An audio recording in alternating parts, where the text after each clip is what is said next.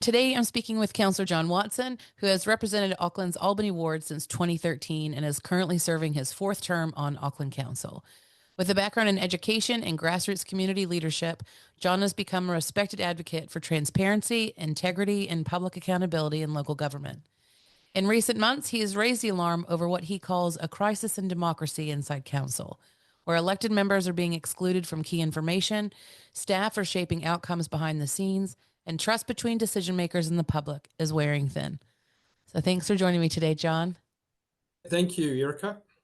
You've been on the council since 2013, so I'm curious kind of around that background and democratic shifts over that time. How has the relationship between elected representatives and council staff, in your opinion, changed over time? I think over time I've been in there, there's been a deterioration amongst not everyone. There's a division between people in council, elected people who are challenging things or criticising things or looking for information. And certainly with that side of the political ledger, there's a real sense that processes are being manipulated, even as far as the elected personnel go, far less the public, who in a number of instances know very little or nothing. So they find out when decisions essentially have been made. It's like a fait accompli. And that has been, in my view anyway, quite calculated. So the public is cut out of the equation. The council has an obligation to consult, but in a number of instances with our council this year, that consultation has been pretty widely labelled a sham. People have had the sense that there's these forces, in this case, a combination sometimes of high political figures and management, who are really making the decisions, and there's anything but open democracy on show. My experience in Tauranga's Marine Precinct, and how once you start looking into the process and how they were able to almost find loopholes or use legal teams to be able to make those loopholes so they could do kind of what they wanted behind closed doors without the public ever knowing.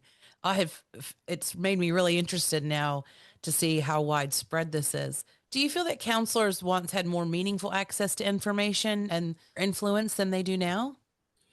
In Auckland, we're the so-called super city, which is this, massive one unitary council of 1.7 million people, which has a very kind of corporatized framework. So when you come to challenge the establishment, you come up against this huge edifice of senior management, of lawyers, of people within council who have their own, or CCO. So we have a number of council-controlled organisations which are at arm's length again.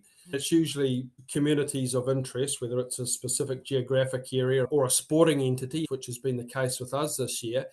It's really quite an eye-opener for them, because most people go in with the assumption if you're open, straight and right, justice will prevail. Now, what we've been, starting to find increasingly, unfortunately, at Auckland is, no, it doesn't.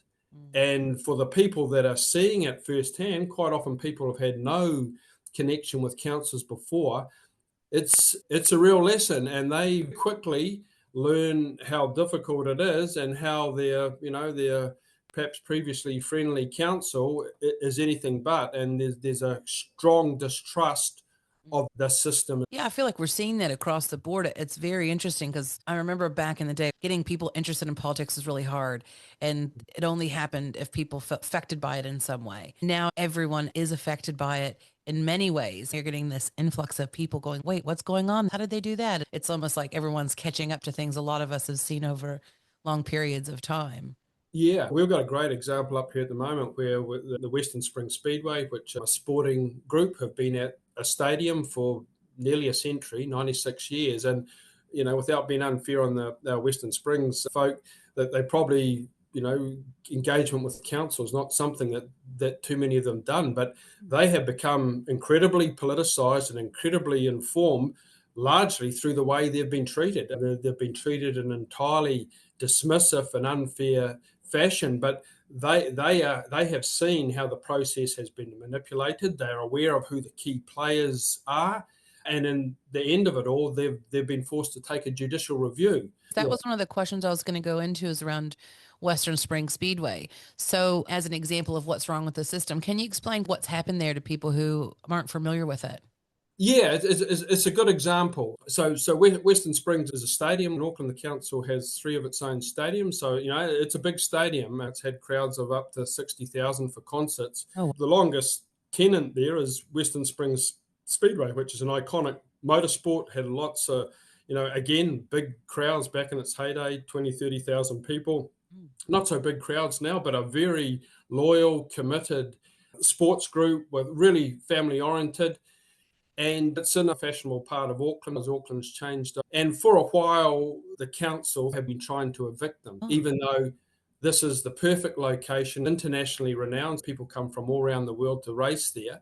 They've had a couple of shots at them before and failed, because generally what happens is there's a lot of support for Speedway in Auckland. People on a casual basis are aware of it. It's great entertainment.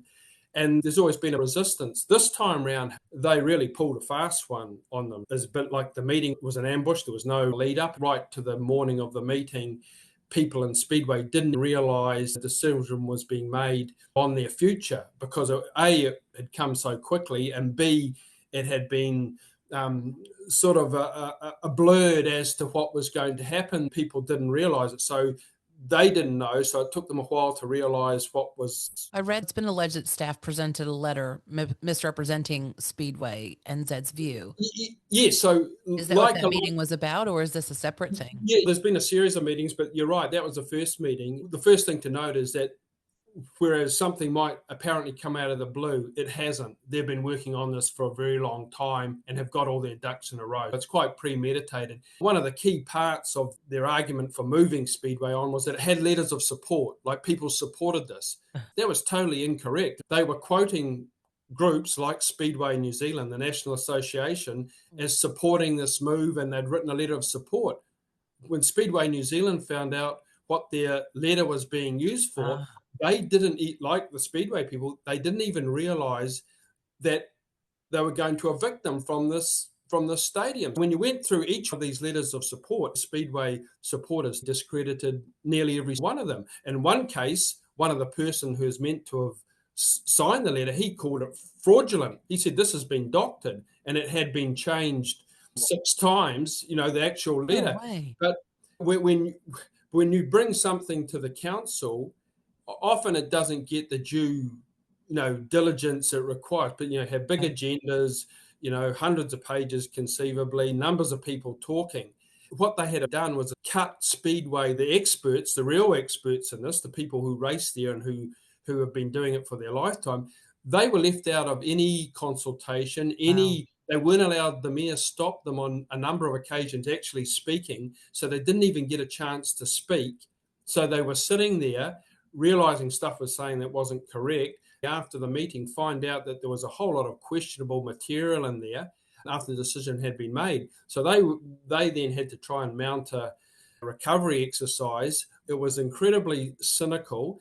It had been designed to cut them out of the process against the Local Government Act. Local Government Act requires, people who have an interest in something to be consulted. They subverted that. And the more people dug in, the more they found conflicts of interest, questionable use of so-called factual material. It was an ongoing scandal. But when complaints were taken, they were basically ignored. So you had a cynical manipulation of the process, because what had happened earlier was that they had a go at another stadium, the stadium that's in my ward, North Harbour, but they had gone out to public consultation there, and there was an opportunity to actually educate the public a bit more, and the consultation didn't support what they were trying to do. So this time they were going to cut that out and do a surprise attack and have stuff chucked in there. Probably they would have got away with it. But in this case, you had some quite dogged people in the Speedway, researched, went through letters, talked to people, and exposed factual inaccuracies and questionable behaviour. In a kind of jacked up process, you had distinct examples of behaviour that was improper, in my view. Has the media reported any of this? Yes, well, fortunately, and it doesn't always happen, but fortunately this case, the media are onto it. The first meeting had to be adjourned because they had these letters of support. The very first one they put up there, Speedway New Zealand had wrote in saying, no, this is not our position. We withdraw that letter. The media has followed up and dissected things going on, but with an incredible arrogance, they just soldiered on. So despite being embarrassed, despite being kind of shown up via the media, have just persisted and just keep coming back. So the brazenness of this determination just to ram this through, but again, making the calculation, I think the Speedway community aren't people who are going to impact them politically or pursue them through the courts. In fact, they're wrong. The Speedway people have taken them to court asking for this decision to be judicially reviewed. Yeah, I find this incredible imbalance where there's something obviously wrong, things are not being done right, and your option is you have to find hundreds of thousands of dollars to take you almost yourself to court because you pay rates to have a council look after you. But I was speaking to someone yesterday and they said it's almost flipped. They're taking money and telling us what they're doing with it. There's no longer this like engagement and consultation in a genuine fashion. Yes, and I think that's a calculation that they have the endless resources funded by the ratepayer in terms of legal advice. They mobilise against the very citizens whose interests they're meant to be representing. And it's very few groups or individuals who can afford the legal avenue. The cost is prohibitive, and they know that. They make that calculation along the way. And that's again part of the problem. When something is wrong or the democratic process is abused, what do? You go to the very people who are responsible for it, because we've done that. They don't do anything. They'll wait, months, then come back with some sort of belated response that essentially dismisses it. So then you can only go to the Ombudsman or the Auditor General. And we have employed that on occasions. And in the last case, the Auditor General was very good, but that's a very prolonged process, and in some cases often doesn't have the ability to make the sort of judgment to reverse whatever decision's been made. Now more so than ever, the bureaucratic management are in a position to make the quite correct calculation that, well, what are you going to do about it? Few people have the means to pursue things. Some do, but it costs hundreds of thousands of dollars. I found in my own experiences the reputational damage. Once you start speaking up, highlighting things aren't correct and get some community behind you to ask more questions, it then becomes this whole like us versus them where it changes tactic and then it becomes a retaliatory thing. For example, at a youth charity, and there were internal emails saying, don't fund her. My youth charity has nothing to do with anything, it's totally separate. So the backlash you get for actually speaking up. People in New Zealand can be reluctant to speak out. People just sort of prefer it often to take a lower profile. But you're right, there's courage required to take them on, because not only do they have the resources, but often people feel vulnerable, whether it's through employment. So, if you've got a company or something, then you can be depending on the council for your work. So I don't think you get too many whistleblowers in those circumstances. Even with elected personnel, there has been some controversy in recent years where elected people then are subject to this code of conduct, which can be bought by other politicians or staff, and they have done that. That serves as a muzzling effect, because what that's designed to do is besmirch someone's reputation. If you get out that someone's been subject to a code of conduct, the assumption is they've done something wrong and it's serious sounding. It can be quite a battle to go through that process. Things have taken a turn for the worse, and it's not as democratic as people might think. What do these cases tell us about the risks of staff-driven decisions without proper elected oversight? These stadiums are substantial public assets. To rebuild them now, they'd probably be $500 million each. They're big, substantial public assets. In the case of North Harbour, it's the newest stadium in Auckland, and they were proposing to demolish it. So it's the newest one. It serves an area of 500,000 people. It's a big area, the whole north of Auckland. Yeah. And what they wanted to do, and they'd been working on it for a number of years before anyone found out, was to demolish it and sell the land. That was going to be a small windfall, which would have probably disappeared into the financial ether anyway. The decision was illogical. They were running down the stadium in advance to make the financials look bad. They weren't seeking or actively seeking, successfully anyway, codes to use it, which was quite a contrast for when it was run by a trust, essentially a community trust, where it was thriving. All Black test matches, Kiwi games, concerts. It was a rip-roaring success. Came into the suite of council stadiums around 2014 and started to run down. Without any consultation or awareness amongst the people who represented the area, they determined they were going to have a shot at essentially demolishing it and selling off this land, which is in quite a valuable part of Albany. But it made no sense, is incredibly wasteful, and it was totally against the wishes of the community, which is quite substantial in numbers. So the decisions they make, it's not as if these are always good decisions or decisions that can be quite destructive and harmful. In this case, they're going to put a bulldozer through Auckland's newest stadium. Wow. We've got some conversations here around Bay Park Speedway, our speedway down in Tauranga, and the way that council's moving this with some PR spin. I have a lot of my own concerns about actually where that's going to be heading after this lease is up. And I have a feeling it'll follow the same fate. I hope I'm wrong, though. One of the questions I also wanted to go into is around like controlled information and predetermined outcomes. Some of the councillors, I feel, elected members are being presented only with enough information to justify a predetermined outcome. Has this been your experience?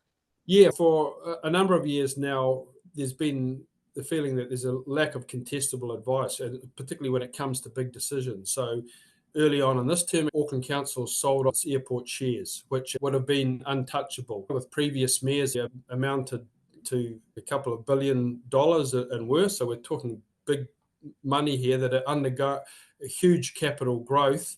And the people that came in to give the advice were these Australian overseas consultants. And they were like the cheerleaders for selling it. And to the point at one meeting, they were asked, well, because these airport shares were regarded as a blue chip investment. That's why it hadn't been touched, just let to grow. They said they could find no reason to hold on to them. These consultants who are meant to present a balanced view, and they were just like touts for the personnel in the council, including the mayor, driving the sales, the sales pitch. So in a number of instances, the advice is very one-sided. It's selected as such. Same goes to consultants' reports. There's often the feeling that these consultants are directed as to the outcome, if not explicitly, at least implicitly. If they want another consulting job with the council, they better do that. When it comes to significant decisions dealing with billions of dollars, there's been a total lack of contestability with advice, and a real feeling amongst some of us that these councils are just getting led. They only have to lead a majority. They don't have to get everyone to agree. An unwillingness of the councillors to do due diligence or to take the bureaucracy on. It's easier for them, particularly if it's not in their ward they represent, to just go along and accept these people as demigods. In a number of instances, they are most certainly not. And in the cases of our stadiums, you couldn't get any more graphic example than that. Have you ever experienced a time where you voted on something only to discover key details had been withheld? Yeah, to go back to the example of Western Springs, I like to think I was onto it more than most. I had picked up some things, but there was a whole lot of stuff I had missed. I had missed out because the other thing is information's not there. Right. The other thing is sometimes information is buried in amongst this voluminous agendas that come out or documents that are chucked down on the day, so you don't get a chance to go through them. Councillors should say, stop, this has come at the last minute. I want an hour. I'm going to take an hour now to read this. But so there's some quite clear modus operandi there that enables information to be controlled, siphoned, or withheld. For instance, with the Lagoima process, what you find out through Lagoimas is quite different from what you were told with the council. So that North Harbour Stadium one, we're the councillors for the area, and it was only via Lagoima we found out they've been working on it for about 4 years, prior to the decision. They control the information. And that was one of the questions I always wondered, why councillors don't push back and say, actually, no, we're not discussing this right now. We don't have enough time. I've watched so many live streams of council meetings where something just pops up the night before where nobody had any time to read it and they're still voting on it. You might have one, maybe two elected members pushing, but they don't have the majority. The other ones just seem to don't want to cause a fuss. They're there, maybe not for a long time, but for a good time. They go through whatever they have to. I've just always wondered why that's accepted, that you would just be able to make informed decisions when you don't have the time to explore it. Yes, and you would hope other elected members, even if they didn't agree with the person, on a stand of principle when it comes to a proper process and giving people time to read something. But unfortunately, there's not, because petty political vindictiveness or separation sees some people labelled as troublemakers or whiners or anti-council or whatever. So in amongst everything else, in our council, and I suppose others, life can be made quite unpleasant for people who challenge the status quo.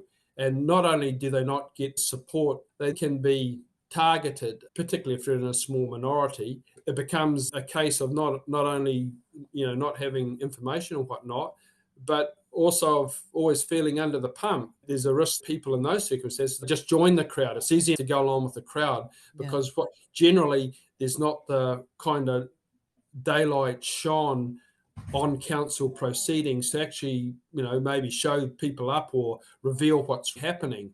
Going back decades, that probably happened a lot more with little community newspaper. There's a lot more insight into who was saying what was happening, particularly in this corporate model. People don't know what's going on, and anyone who is questioning on a irregular basis can really get snowed under.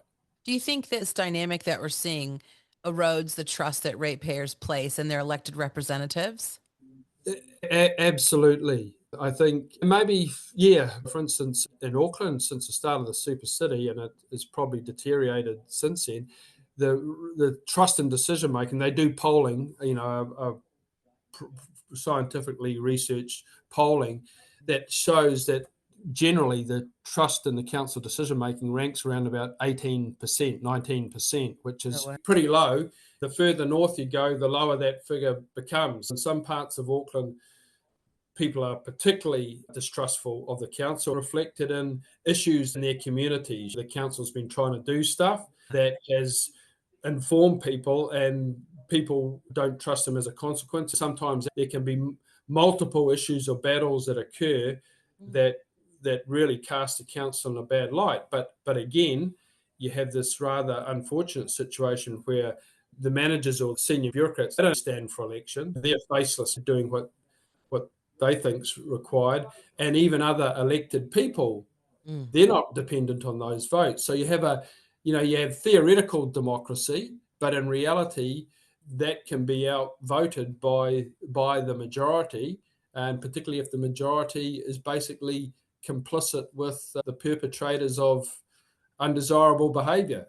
Not an uncommon situation. I often wondered, it's a pro and con thing when you've got executive staff that have been there for a long time. Sometimes it's good, they know what they're doing, but I've wondered if those executive leadership roles should re-interview every few years, because it seems that they almost become like this untouchable force, and then they're the ones making decisions operationally, leaving the governance team to go out for re-election on almost a false premises. It's based on what they believe you did, not necessarily what you actually did or what information you had. You're only one person. I'm just curious if there's any solutions on how we can get people to be more informed or bridge that gap between people and politicians that represent them. What I have found on the positive side is that when something happens, people become educated quickly. It's quite surprising how astute members of the public are in summing up other people, whether they be bureaucrats or whether they be other politicians. So people generally, when they take an interest in something, they become educated fast. But within the council, that's not necessarily a majority. So the Western Springs people are really strong case, have been well organised, have summed everyone up to a T, but they're still required to get a majority of votes. So the only, the best way to dealing with things is twofold. One, either through public pressure, education, and the true facts of any situation being exposed. That creates political pressure, or who then rather belatedly might have to actually contest something that the senior managerial class are imposing, because they'll see their own self-interest in that. So that's one way. Can happen, but doesn't happen too often. The other way is where you get enough people who are more questioning than's normally the case, and they form a bit of a alliance, and that happens in some councils. That creates a different dynamic. If you have enough of one view or principles, that creates a bit of a force. You're part of the council to perform the council's business, but you're also a safety rail for the community. You're their lawyer, their defence lawyer when necessary. If you don't do that, who's going to do that? So I guess in our council, we've had good people, in my view, that are there and have been there in the past. Even if you don't have a majority, if you have enough of them, at least perform some watchdog role and an ability for the community to have people speaking up on their behalf. Have you ever had to submit a Lagoima request to get information you should have received as a councillor? Yes, we went through, which is embarrassing because the councillors are part of the council. You're their board, and you're having to go through a Lagoima process to get information. That in itself shows something's far wrong if they're not giving information. But particularly on these controversial issues, the only way that people get information where the council's not is often to go for Lagoimas. That can turn out to be a very lengthy, tortuous process where ultimately information is denied, or redacted, so you can go for it, you find it's all blacked out. In the past, helpful information has been revealed to show what's going on, but the Lagoima process should be not as used as extensively as it is. So in those instances we're talking about, we had MPs Lagoimaing, people from the local community putting in Lagoimas. They were getting swamped because people were trying to find out, well, what are they really up to? And a number of them bore out the concerns of people who are doing the Lagoimas. What do you think it says about the system when councillors are forced to use the same tools as journalists or someone like me just to get answers? Yeah, well, it's really a warning bell. I mean, we did have a council CEO a couple of terms ago say, look, I don't want councillors having to Lagoima information. That held true for a few years under that individual, but since then we generally have to Lagoima, particularly in relation to these issues referred to the stadium. It's not always a guarantee to find out what's going on because contacts or communications are not discoverable. They can avoid disclosure easily by taking a few fundamental precautions they're well aware of. You're almost just out of luck. This is how I have felt. You raise a complaint, speak to your local councillor, then go through the council, then to the ombudsman or the privacy commissioner. If you've done that, then you go to court. If you can't afford that, you just have to walk away. I've seen instances of people who have taken the council on. You're right, they've taken over their life. These things can drag on for years. They do everything in the hope that someone's going to finally stand up for them. That doesn't necessarily happen. In some cases, it does, and that's where it's useful to, I think, if there's some elected people on for the ride too, so that they at least have some insight, but it can be a demoralising and exhausting experience. I guess it feels like all for nothing, wasted time, energy, money.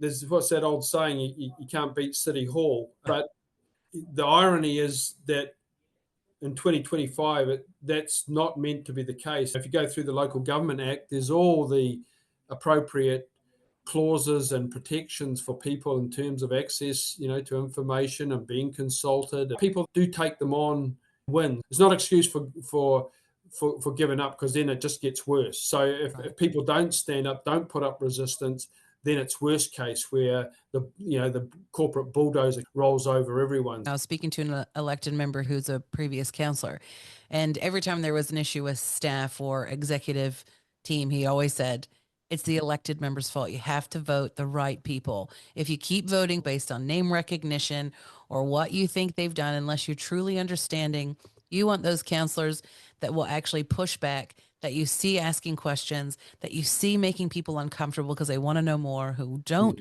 that's when you get a change. But as long as we keep voting the same way we do based on that, oh, well, he was an all black. So I think that's important going into this next election, that when people, my own personal opinion is when you're looking to vote for members who are asking questions, pushing back, questioning the bureaucracy, and trying to make a difference. Yeah, well, democracy not only does it rely on elected members doing their work, but also relies on the general populace being informed enough to make sure their views or their interests are represented. People need to take more of an interest. They don't, it's the old saying again, people don't realise how much local government actually impacts on your life until it comes along and something, I think civics education is often, a term that's coined without too much evolving, but it wouldn't take too much, particularly with young people who can often spread the message to their parents. If there was civics courses at schools and local government and taking real live examples, I think that would be beneficial for the long-term kind of political health of our country. Would you support more transparency around salaries or how rates are spent? Do you think opening the books so people can see where their money's going is helpful, or the opposite? Yeah, that kind of transparency is there to a certain extent. If you look at annual reports, you'll see big chunks of money, but when you get down to big sums, that can be quite different. Do you think councils could present financials in a more clear, public-friendly way? Sometimes there's a development, here's how much we thought it would cost, but there's a blowout, and then you kind of say, well, here's why there's the blowout, or just ways that, because a lot of people aren't really financial, so they look at a profit and loss and kind of be like, what? I think that goes to information generally, where it's in a more user-friendly form. It's sort of very jargonized, it can be, and very heavy going. Council should be making a conscious effort to make the information clearly understood. They should have examples like you mentioned, where we've done this project here, this is what it was budgeted for, unfortunately it was over because of this, so that people get a little bit of an insight. Some councils are better than others, but generally there's a feeling that they should be opening the books more than they are, and without people having to wade through 200 or 300 pages of a long-term plan supporting information, which is inaccessible to most. You've been here since the Super City was formed. Do you believe it's delivered on its promise of cost savings and better service? No, I was one term into it. It started in 2010, sold by Rodney Hyde and the national government. This would reduce costs. It hasn't. Our rates have gone up like everything. In the meantime, they've sold a huge sale of public assets. I mean, just phenomenal sale of public assets. Now they're down to the last major ones, and when they're gone, that's it.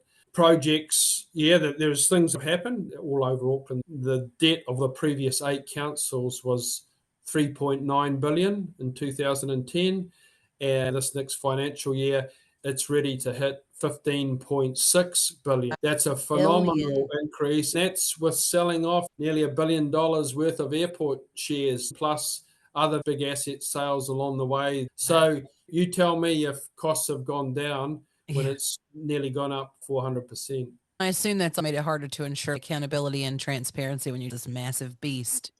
Yeah, they're keeping check of the capital, the spend, or where money is going is very difficult. There is very little oversight of these big sums, certainly in terms of their return or efficiency in terms of the procurement goes. One of the things that we often hear is that, council jobs cost more than private jobs. I find it interesting that just how different it is when you run a business, like how you've got to present everything, or I run a charity, so everything has to be accounted for. There's accountability reports for every single penny that we spend, and we have to do that to the council. So if we get money from the council. Yeah, it's a one-way street, isn't it? What do you think the most urgent change needed to restore transparency and accountability in local government? Certainly in the case of, I can't speak for other councils, they may be a lot better. Some of the smaller councils might be more transparent. I don't really know, but I certainly know in terms of the council I represent, the Auckland Council, I think in the first instance, the council is just too big. One council, 1.7 million people from Pukekohe to Wellsford is too big. One of the best things that could happen to us in Auckland, and I noticed not too many, in fact, there's been none, other councils have shown any interest in following the Auckland example, or at least their populations haven't. The super city concept has not been one that the rest of New Zealand's jumped on, but our council needs to be broken down into more manageable sizes, and that way there'd be more oversight and accountability to those populations, as opposed to this massive, big organisation often seen as out of touch with specific areas which are quite big in themselves. So that's what I look for with Auckland. The smaller model perhaps has a bit more immediacy and contact, but in terms of Auckland, the super city, as the political scientists said, it would end up being a tick box exercise for local democracy. That's what some of the the political scientists of the day said, and they've shown to be correct.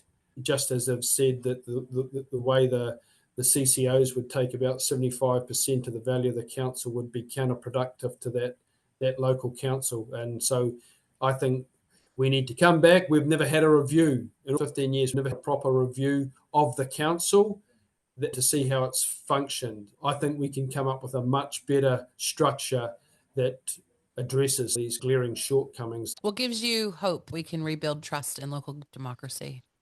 What gives me hope is... gives me hope. So you knew. Yeah.